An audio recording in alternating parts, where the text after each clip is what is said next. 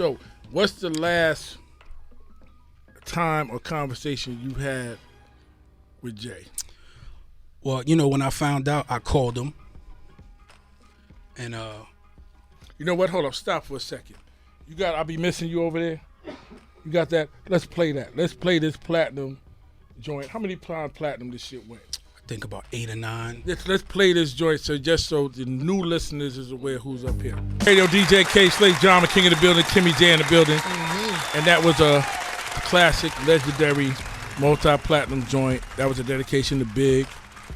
Puff joint, Faith Evans, that 112, and you penned it. You penned yeah, that. yeah. I penned his verses. Damn, man. Yeah. You know what I'm saying? So moving right along. Yeah. Picking up from where we left off. Yes, sir. Pick up, my nigga. So you know, our last conversation is when I found out. I gave him a call, and I asked him, when did I ever say anything bad about you or Puff publicly to anybody? He made it seem he didn't know what I was talking about, right? And I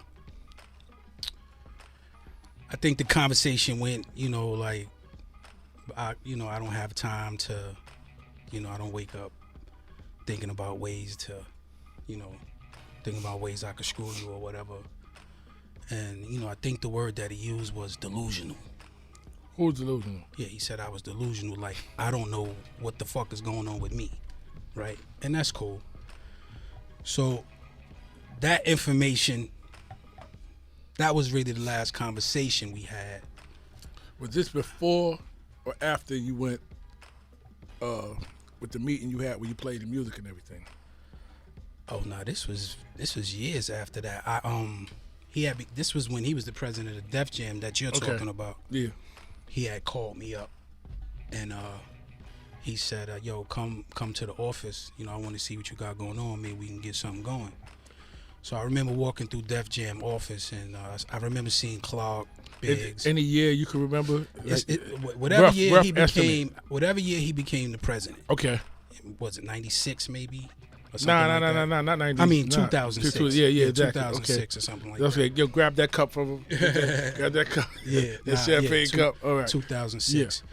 So, you know, I like I said, I remember seeing Clark, Biggs, and Dane coming out the elevator, and I remember Clark telling me later that Biggs had said, "Yo, I'm glad Sauce is, you know, going to see Holmes. He gonna finally get a shot." You know, that was the conversation that I remember vividly from Clark. He was telling me. So anyway, I go sit with him, play him some joints. He loved the joints, you know, and then it was just like this switch that came on, and then just like the very next thing that came out of his mouth was, "I don't believe in your dream." So wait a minute, hold on, stop. Wait a minute. You grew up with the homie, right? Absolutely. You ever been to your house before? Absolutely. Been to his house? Yep. Before the fame and everything? So that means y'all pretty much shared the same dreams. I'll get to a story about that too, but yeah. Damn. So I'm stuck. Like, you don't believe in my dream. Like, what do you say to that? This is the same person that we both had the same door slammed in our face. You know what I'm saying? I do you one even better. Early on, when, you know, none of us was who we were at the time, you know, I used to steal my father's car to take him to the tour bus so he can go out with Kane. Big Daddy Kane. Yeah, and pursue his dreams. Now, I'm not stealing the car for nothing for me. I'm not getting nothing out of stealing the car, only but helping you get to where you gotta go, right? And I tweeted that not too long ago, and you know, I remember Kane chiming in like, yeah, the Burgundy Grand Am, because that was the car that, you know, my old man had at the time, was a Burgundy Grand Am. So that's the car that I used to steal to take him to the tour bus to pursue his dreams. But in the same breath, you could tell me that, now I got Grammys, and I mean, I don't have to tell you what it is. Yeah. Right? I mean, I know, but just for the fans. You know, right, so it's like, it's mind-blowing to me. So I'm like, damn, what's up with this nigga, man? Is he trying to humiliate me or something? Like, what is it with him? But still trying to be a friend, you shrug it off like, all right, man. You know what I'm saying? Like, because what you gonna do, right?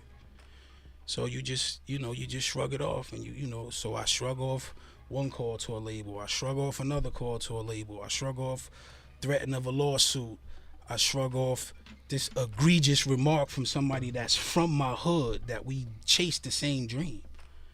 That you're comfortable enough to tell me that I don't believe in your dream. Like, it's just like, it's mind blowing. So, all right. You shrug that off. Years pass. And now still, niggas is making calls. 20 years later, y'all still making calls, man? So have you tried to reach out to him? When's the last time you tried to reach out to him? Yeah, like I said, I had a conversation with him when I found out about the blackball issue. That was this year? Yeah, that was, maybe March. Okay. Something like that. And like I said, he didn't know what I was talking about clearly. And see, but what I failed to mention the first time was there was another guy on this list, like I said earlier, that tied him in to it. So the second correspondence was an email. I didn't speak to him. It was an email. And I let him know that this other individual was on the list, right? Never responded to it. I had a conversation with, another individual he has a big platform, good friend of mine. And I broke the situation down to him, and I let him know this was going to happen. He's going to put his arm around this guy. He's going to look great for doing it. He's going to act like they doing business, right? To kind of jump out in front of what I could possibly be saying, like right tonight. Damage control. Right. And it's a smart move. If we playing chess, that's the move I would have made, right? So when it happened, the guy hit me. He sent me a picture of, whatever they were promoting, and he was like, wow, you called it. I said, yeah, you believe me now? He said, nah, I believed you then, but how do you tell a kid Santa Claus doesn't exist? 888 Shade45. So if this shit is pertaining to hip hop, some shit I was brought up into from day one or whatever, money, cars, and all that shit don't exist. Lyricists and real ones exist up this motherfucker. So I don't give a fuck. You can't blackball me, my nigga. Them 8-ball jackets don't fit. Y'all tried it over the years. They don't fit, motherfuckers. So I don't give a fuck. Y'all niggas can dick ride who y'all want. I do not give a fuck about none of that shit. Ain't nobody more powerful than the power of Allah, motherfuckers. So y'all better understand that shit. Fuck out of here. Source Money always gonna have a voice over here. I don't give a fuck about what y'all niggas got to say. I don't give a fuck. Fuck y'all. Everybody. It's a tough, like I said, it's a tough pill to swallow, my nigga, and I appreciate the support, right? We go back a long time ago. We go back. Source was looking for me for playing Source and his team was looking for me for playing some shit I ain't supposed to play. And it was one of the joints with you and Jay. Yeah. The joint with you and Diddy. Yeah. You understand what I'm saying? And a nigga, the album was, and that's why I'm so familiar with the situation, because the album was slated to come out. Right. So who gave it to me on some boom. This shit is about to drop. Let me give you the exclusive. Right. Then it was a fucking halt. Boom. Right. They froze his shit and he was about to get a lawsuit, but I already put my tape out. So now he's like, yo, who the fuck is Kayslay? You know what I'm saying? That got my shit out that they ain't supposed to. Yeah. And up to today, I never told him who gave it to me. He should be able to figure, but I'm not telling who the fuck. You know what I'm saying? It's some DJ shit, but that's why I know the situation so well. Yeah. You know what I'm saying? Yeah, no. And to be honest with you, so these past 7, 8, 9 months. Hold on, stop for a second. You got a record over there. What else you gave him, Sauce? Because we got to make sure this shit come on. He didn't send me his email. I didn't send him that. Oh, yeah. I hold my gun fine. 888 Shade45 Streetsweeper Radio. DJ Kayslay, John King in the building. Kimmy J is in the building. Source Money in the building. We got like 5 minutes left. Yeah. So I need whatever to come out right now to be motherfucking crucial. To the point. Quick question. Now, you were saying it was a series of people that were going to work with you, and then out of nowhere it just went left and they decided not to over a period of how long? Because wouldn't that have meant that your name was on this list a really long time ago. Yeah, I mean, if I had to pinpoint an exact time, I would pretty much say pretty much from the beginning. You know what I'm saying? Like, I remember, you know, when I won the Grammy, you know, I was kind of like the first one out the crew with a Grammy. Yeah. You know what I'm saying? And now, if you check any interview I ever did, I always give Jay the credit for introducing me to Puff. He the one that plugged me. That was his oop. I always make sure I include him into anytime I speak on that. You know, so this one particular day, this is after, you know, the Grammy and the success of the No Way Out album. Mm-hmm. And we had this weird conversation. Well, it wasn't weird. He was just like, yo, Sauce, stop writing for this nigga, man. Yeah. You know what I'm saying? Like, now me and him don't do business, so I'm not getting no money with him. Yeah. You know what I'm saying? It's not like you created an avenue for me to get money. Mm-hmm. You know what I'm saying? So I'm not going to stop writing for him because this is how I'm feeding my family, right? So Jay was telling you stop writing for Puff. Right. Okay. Mm. So, you know, that was early in the day, and the very same night I went in there to finish working with Puff, Jay was in there writing for him. Mm. So I'm confused, my nigga. What is it? The views and discretions of Sauce and Money is not necessarily those of DJ Kayslay and Kimmy J and Shade45. This shit just got crazy right now. Right. He told you to stop, Right. and when you went there the same day. Same day. Okay. Same day. What? You know what I mean? My thing is this, like, That must be some Marcy shit, man. if And I know it's wait a minute. It's some real niggas came out of Marcy. What the fuck is this?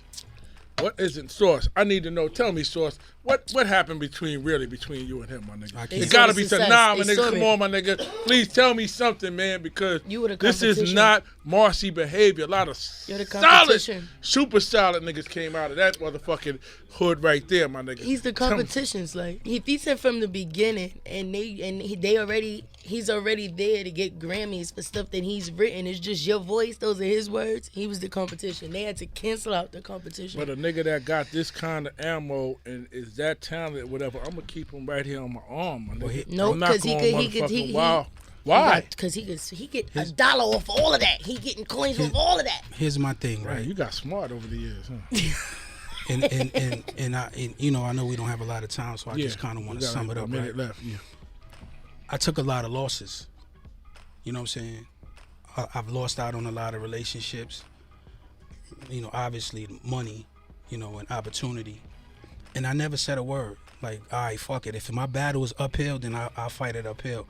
Just trying and didn't want to expose anything. You know what I'm saying? But when people make those kind of calls, they never think about how it affects the wife, the kids, and all of that. Yeah. You know what I'm saying? They never take that into consideration, right? So just where I'm at, the space I'm in today, like it's impossible for me to let him ride off into the sunset like that. We just gonna have to get it on. Like it just is what it is. Can a phone call stop this? I'm not calling A anybody. phone call did it. You know what I'm saying? I'm not calling anybody. I took that route, right? But I just want him to know that you didn't take into consideration the effect that you had on my family. You know what I'm saying? So you know me a long time, homie, and you may have some pertinent information that you may think can hurt me. I suggest you use it.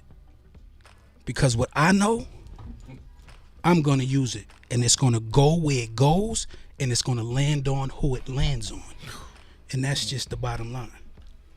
88 Shade45 Streetsweeper Radio Source Money. We want to thank you for coming through tonight, man.